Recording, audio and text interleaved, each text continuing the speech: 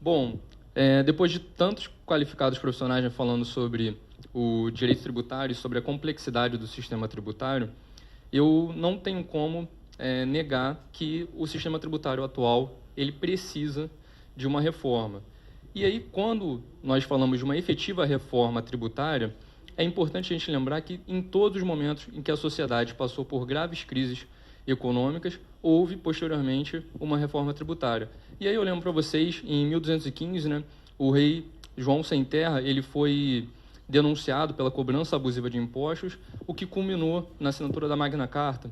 Posteriormente também, em 1776, a alta cobrança de impostos pela Inglaterra proporcionou e fomentou a Revolução Americana, em 1776.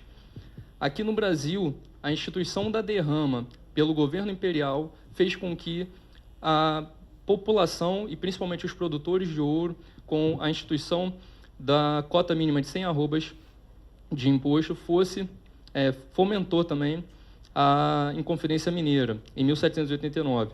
E, posteriormente, também nós tivemos a Guerra dos Farrapos, né, em 1835, devido também à pouca tributação externa dos produtos concorrentes do charque e do couro e pela alta tributação do charque e do couro no Brasil. E, paralelo a isso, analisando a situação atual do Brasil, o que nós podemos observar é que a carga tributária hoje no Brasil, ela corresponde a aproximadamente 32% do PIB brasileiro. Isso significa que de 100% do PIB, 32% são advindos da cobrança de tributos. E desses 32%, 15% são provenientes da cobrança de produtos, de bens e serviços, da cobrança de impostos, né, sobre bens e serviços. O que, como o professor Walter Lobato bem disse, isso traz uma certa anomalia e uma falta de sistemática, né, no sistema tributário, porque acaba tributando e onerando as camadas mais pobres da população. E de que forma as camadas mais pobres são oneradas? Porque um produto, por exemplo, posso citar aqui o projetor, ele, caso lhe custasse R$2.000, com uma carga tributária de 45%, uma pessoa pagaria R$900 de tributo sobre esse produto. E uma outra pessoa que também tem uma renda de 500 vezes mais, caso ela receba R$500.000 por mês, ela vai pagar a mesma quantidade de tributos sobre o mesmo produto. E isso, com certeza, traz uma anomalia para o nosso sistema tributário, o que merece ser revisado. Eu não posso deixar também aqui de voltar à palavra do professor Carlos Bechara, quando citou a quantidade de obrigações acessórias que são dispendidas pelas empresas no cumprimento dessas obrigações. E o professor Bechara falou que são 2.600 horas, né, professor? Eram 2.600 horas. Então, isso, eu fiz uma conta básica aqui, dá aproximadamente 105 dias para o cumprimento dessas obrigações, sendo consecutivos. Então, é como se uma empresa gastasse as suas 24 horas do dia no cumprimento dessas obrigações e não conseguisse cumprir, e caso ela não cumprisse, ela também estaria sujeita ao pagamento de uma multa, o que também aumenta a litigiosidade do processo tributário. Então, a minha fala hoje aqui ela é basicamente direcionada à questão da complexidade da carga tributária, proporcionando um aumento da litigiosidade tributária. E trago alguns dados aqui para aproveitar o nosso assunto, de que o tempo médio de apreciação processual no Conselho Administrativo de Recursos Fiscais ele é de 5 anos, isso em 2014, sendo que houve, posteriormente também, né, a Operação Zelote da Receita Federal, da Polícia Federal, que inviabilizou, né, e paralisou o CARF durante determinado período, o que, consequentemente, aumentou o volume de trabalho dos conselheiros. E, paralelo a isso, não só no direito administrativo fiscal existe essa alta litigiosidade, mas também quando a gente parte para o processo tributário judicial, existe também uma alta complexidade e uma alta litigiosidade tributária. E o grau de julgamento, né, o tempo médio de julgamento do processo na Justiça Federal é de aproximadamente 7 anos e meio. Então, se nós formos somar os 5 anos médios de discussão de um processo administrativo, mais os 7 anos e meio de uma discussão em âmbito judicial, nós vamos ter, no mínimo, aí 12 anos e meio de discussão tributária. E isso, consequentemente, gera uma incerteza muito grande, não só para o contribuinte, mas também para os investidores externos.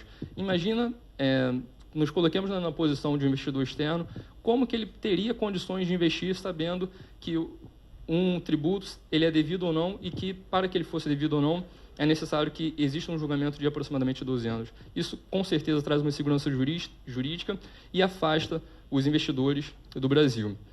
E não só o tempo médio de duração do processo na Justiça Federal é de 7 anos e meio, mas eu trago dados aqui também do Tribunal de Justiça do Rio de Janeiro. A taxa de congestionamento da execução fiscal é de 96%. Isso significa que de 100 processos que entram na Justiça Estadual, apenas 4% são julgados. E, obviamente, isso traz não só uma falta de arrecadação para União, Estado e município, mas também traz um alto custo de manutenção desses processos na Justiça Estadual e também na Justiça Federal. E aí, se nós pararmos para pensar, o processo tributário, hoje, ele corresponde a aproximadamente 38% dos casos pendentes no Poder Judiciário. Isso significa que, de todos os processos que existem hoje em julgamento, 38% são relacionados ao direito tributário, o que, consequentemente, traz né, e fomenta também um alto custo para manutenção e para discussão desses casos, o que muitas vezes não vão ser recuperados no caso de uma cobrança de execução fiscal.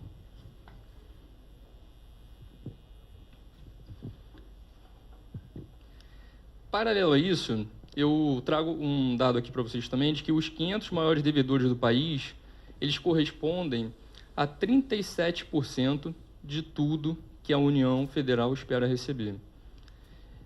E aí vocês podem pensar, bom, Luiz, mas seria fácil, então, para a Receita Federal focar nesses contribuintes e, consequentemente, aumentar a sua arrecadação. Mas eu tento observar esse ponto de uma maneira um pouco diferente. Eu vejo que esses contribuintes, os maiores devedores, na verdade não são maiores devedores, eles são maiores debatedores do direito tributário. Isso significa que, para você, inclusive, discutir o direito tributário, é necessário que você tenha recursos. Recursos para você pagar advogados ao longo de 12 anos e meio, no mínimo.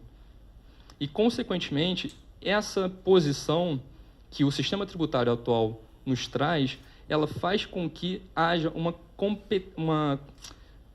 uma rara e clara desigualdade entre os contribuintes, o que não pode ser permitido no nosso Estado democrático de direito. E, para finalizar, a minha fala é bastante breve, eu gostaria, né, de dizer que o alto número de obrigações acessórias traz enorme insegurança jurídica, que a atual sistemática do direito tributário não incentiva a economia brasileira, tendo em vista a sua maior tributação sobre bens e serviços, e apenas os contribuintes com maiores recursos têm condições de arcar com o custoso processo judicial tributário brasileiro. Muito obrigado à presença de todos, muito obrigado também à nossa mesa, foi um prazer.